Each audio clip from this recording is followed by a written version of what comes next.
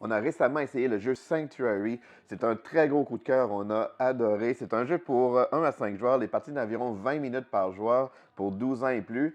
Ceux qui connaissent le jeu Ark Nova, ça se trouve être une version un peu épurée du jeu. Dans le fond, la mécanique se concentre plutôt sur la construction du parc animalier sans perdre trop de temps avec la gestion des universités, par exemple. Je vous présente ça tout de suite.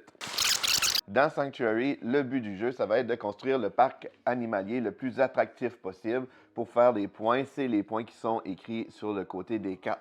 Il y a plein de façons de faire des points, d'aller chercher des bonus selon le type de carte qu'on va chercher, les combinaisons qu'on va faire. Il y a énormément de tuiles dans la boîte qui sont toutes différentes aussi, donc c'est un jeu qui a une très bonne rejouabilité. Le principe est super simple. Dans le fond, chaque joueur va avoir son propre plateau personnel pour construire son parc animalier. Ils vont aussi avoir un chevalet qui va permettre de stocker les différents animaux qu'on va pouvoir placer dans notre parc plus tard. Et le principe est super simple. À notre tour, on a une action obligatoire qui va être de chercher une tuile dans la rivière. C'est l'endroit qu'on va pouvoir les prendre.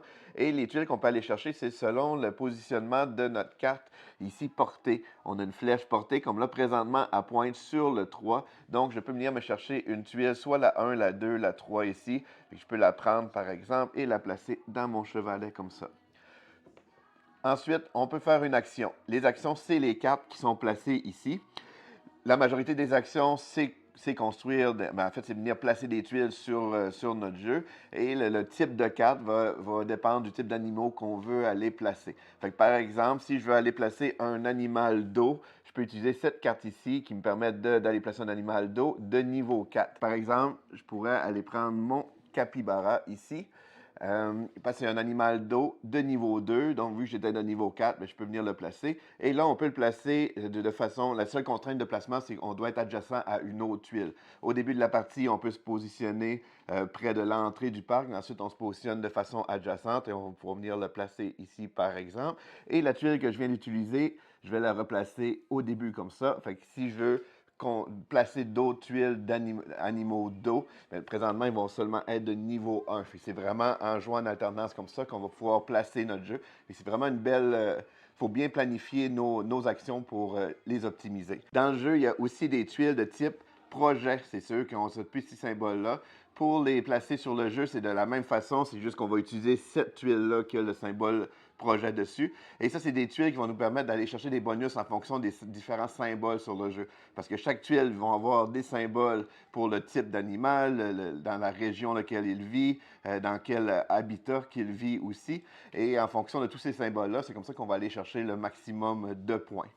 De plus, on a aussi des objectifs qu'on va pouvoir réaliser. Fait que, par exemple, dès que j'ai réussi à avoir 4 types d'animaux différents dans mon parc, je vais pouvoir retourner cette tuile-là et retourner l'une de mes cartes actions, ce qui permet de changer la flèche de côté.